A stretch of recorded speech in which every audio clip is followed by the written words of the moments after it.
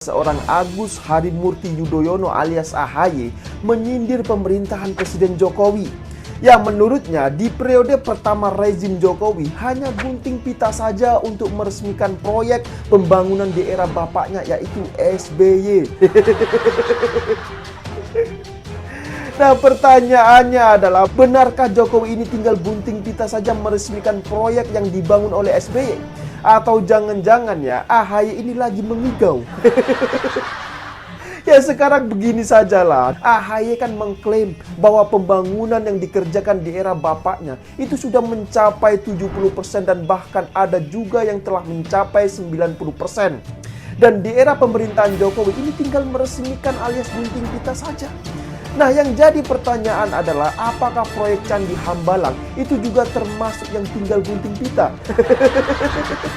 Sahabat Indonesia, dalam Rapimnas, Rapat Pimpinan Nasional Partai Demokrat, sang ketua umum yang juga ketua Partai Demokrat di Putra Mahkota, tiba-tiba dia mengklaim bahwa 80% yang dilakukan oleh Pak Jokowi ini sebetulnya adalah pembangunan dari SBY.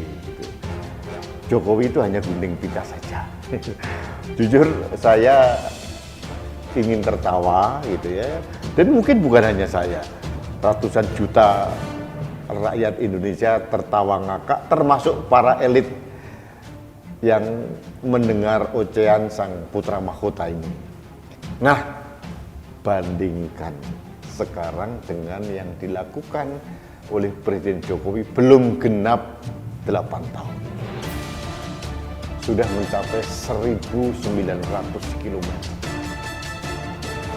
Artinya banyak jalan tol yang dulu mangkrak, yang dulu hanya groundbreaking oleh SBY diselesaikan, dituntaskan oleh Presiden Jokowi. Disindir AHY tinggal gunting pita, Jokowi dibela pengamat. Kalau mangkrak, kerugian negara besar.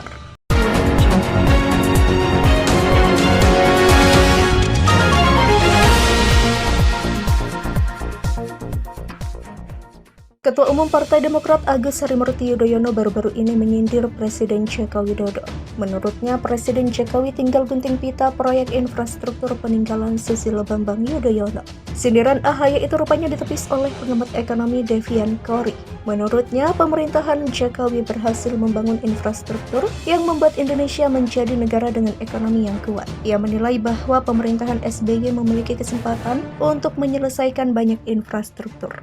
Namun nyatanya, banyak yang tidak selesai sehingga akhirnya Jokowi yang mengambil alih dan menguatkannya. Contoh pencapaian Jokowi bisa dilihat dari sisi konektivitas. Jokowi dinilai berhasil membangun infrastruktur yang mumpuni sehingga membuat ruang gerak masyarakat semakin leluasa untuk melakukan mobilitas dengan biaya yang murah.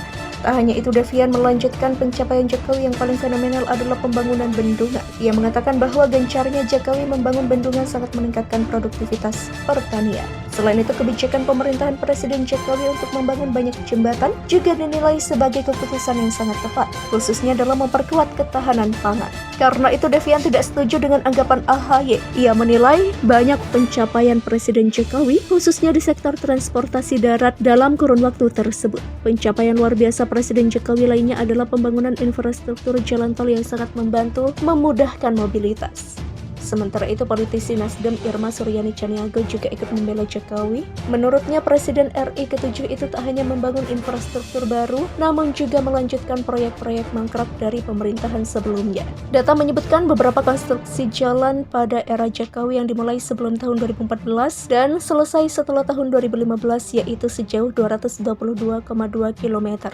Sedangkan konstruksi yang dimulai setelah tahun 2015 dan selesai sampai September 2022 sejauh 1.540,1 km.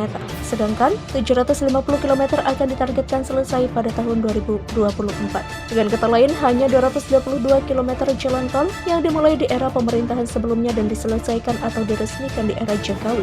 Pembangunan infrastruktur yang terhitung dimulai sebelum 2014 dan selesai setelah tahun 2014 terdapat 18 bendungan dan 7 bandar udara. Sementara pembangunan infrastruktur yang dimulai setelah tahun 2014 tercatat ada 12 bendungan dan 22 bandar udara, di mana pembangunannya selesai sampai September 2024.